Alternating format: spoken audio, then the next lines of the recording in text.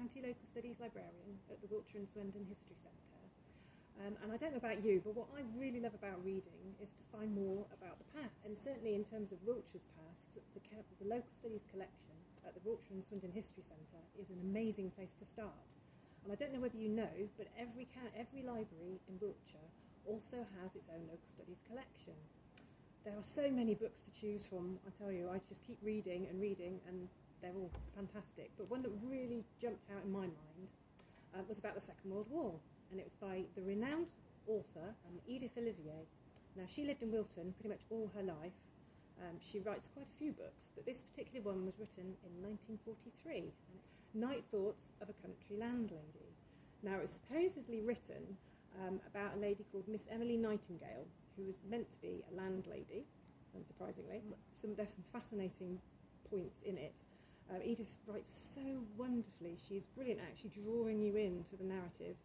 And she writes colourfully and humorously, and it's just a joy to read her books. It really is. So this particular one is actually really well illustrated as well. So this is the one here.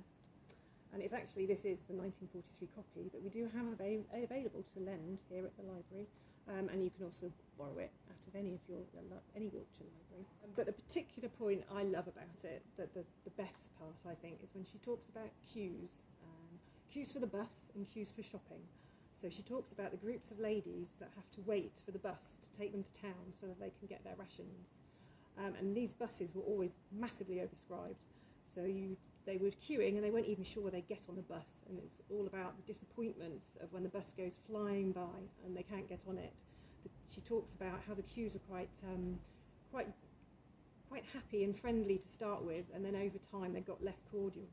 And about the shopping bags that she says were jazzy and colourful and bright at the beginning of the war, but soon ended up getting tired and cheerless, I think. And the tedium of the war, it's just that allegory of the tedium of the war coming into her writing too. It's a really fascinating sort of discussion and just a view of life during that time. And I just found it a lovely book to read.